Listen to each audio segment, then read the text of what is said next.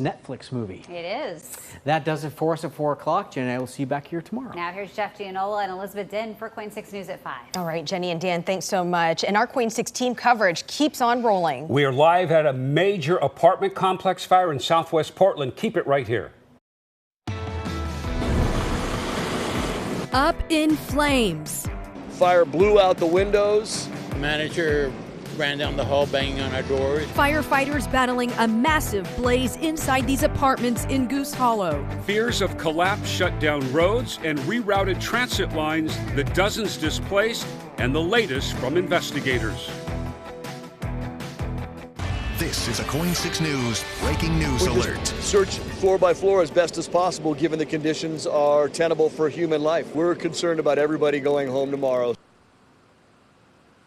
Underway in southwest Portland after an apartment complex went up in flames late this morning, and now we've learned 2 firefighters were hurt, and they're still concerned that building could collapse at any moment. At 5 o'clock, I'm Jeff Gianola. And I'm Elizabeth Din. You can even see the dramatic ladder rescues right here. Unforgettable, incredible images. And these rescues straight from the fire escapes. Firefighters working quickly to save people and pets. This building, this is the May Apartments at Southwest Taylor and 14th, just west of I-405. KOIN 6 has been on the scene from the very beginning. Much calmer this afternoon, still smoky. And we're tracking the effect on tonight's commute. Liz Birch has details for us in just a few minutes. But first, Brandon Thompson with more on the fire investigation. What have you learned, Brandon? So investigators are actively looking into what caused this fire. Now, people in the 2 buildings here are without a home likely for the foreseeable future. Portland Fire spokesperson says they're confident the building to the south was saved, but where the fire started, that building will not be habitable without a massive reconstruction. Firefighters are going on 7 hours of putting water on this fire. Like you can see right now, they're hoping to put out any hot spots. And like Jeff said, it is calmer now, but let's show you the scene earlier when plumes of smoke and flames were erupting from this building. The first flames were spotted around 10:30 today. Firefighters arrived and found people trying to escape on the metal fire escapes on the outside of the building. They helped those people out, then pulled out ladders to rescue the rest of the people inside. Firefighters went floor by floor, room by room, clearing the building, and are confident everyone made it out safely. After clearing the building, firefighters went back in to fight the fire. That happened for about 20 or 30 minutes before we saw them pull firefighters out. They pulled their equipment further back because at that point, 3 of the walls on the building were showing signs of collapse. The structure itself is compromised. It itself is an unreinforced masonry building that has had significant fire impingement, at least in the 3rd and 4th floors, if not lower. So there's a concern of structural collapse. The manager ran down the hall banging on our doors. You know, the building next door is on fire, get out. And we all got out. We saw that the building was on fire. Graves says the fire started inside on the 3rd floor of the building. Their teams will be investigating the cause. He did not rule out arson. People who live in the building have told me one of the residents has been pulling fire alarms lately. Police and mental health and welfare checks have been conducted. Portland Police tells us they've responded to this complex 14 times in the past year. The fire department has responded 28 times, all in just the last year. Now, Graves says that they will be here, the fire crews will be here through at least noon tomorrow, mopping up, making sure no hot spots flare up.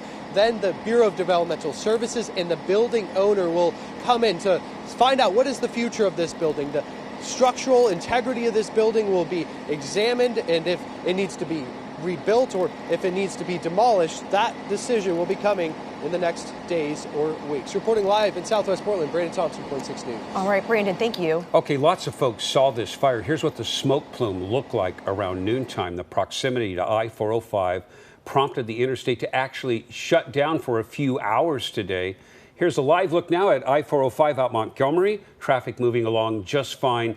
That fire, it just passed the overpass that you see. So lots of folks saw that, wondered what was going on. The latest situation for now is that a 3-block radius close to the fire is still shut down. That, of course, could still impact a lot of people trying to go in and out of that area. And now let's get straight to our Liz Birch. Liz has been keeping an eye on the traffic situation as well. Liz, when will those open back up?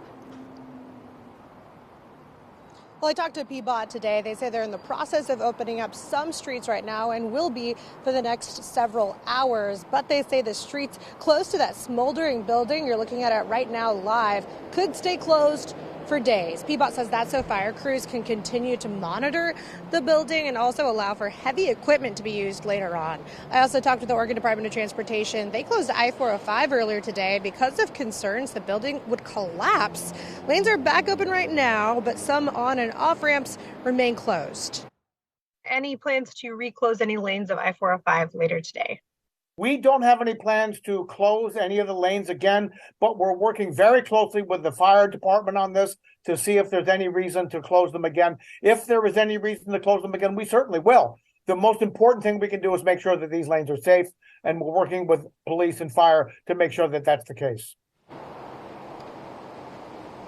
This is what the building looked like earlier this afternoon. You can see how much black smoke there was in the air.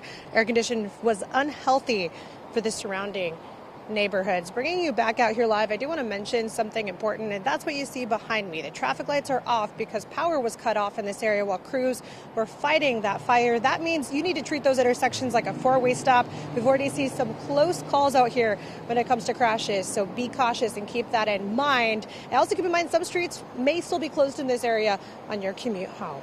Reporting in Portland tonight, Liz Birch, KOIN 6 News. Yeah, all important information. That tends to be a busy part of town, too. Liz, thanks for that update. Okay, a little perspective here. This building is more than 100 years old, and our investigator Dan Tilkin has been digging into the history and why firefighters say it's more dangerous for them to fight than any other building. Yeah, I've been talking to the city, going through city records. I have some of them here. So city code enforcement tells me they inspected it yesterday, following up on some relatively minor safety violations, and found most things had been corrected.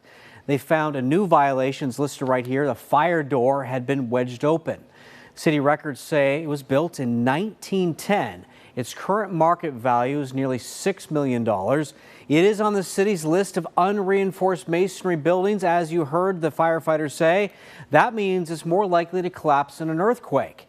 The Fire Bureau says there's also a greater danger of collapse in this situation. So the building did not have a sprinkler system. It was not required to. Oregon first adopted a sprinkler building code requirement in 1990 for apartment buildings more than 2 stories tall and containing 16 or more units. In 2004, it was amended to require all apartments to be sprinkled. But if a building is remodeled, that may trigger where they have to put in sprinklers, and there's a whole formula on how you decide that. You know, when we see the flames and the smoke, it is absolutely amazing that we didn't have any serious injuries here. Yeah, absolutely, and the firefighters moving quickly, and they were close by, and the coordination was really good. Dan, that is just great perspective. The fact that it was just inspected yesterday. Yeah. I know, the irony. Incredible, Wild. yeah. Okay, there is so much more to this, of course. Going back at now to a live look at that scene. Again, dozens displaced. This fire started on an upper floor. The investigation is underway. 2 firefighters hurt in the hours-long fight to control the flames here. And fire officials tell us this building is not structurally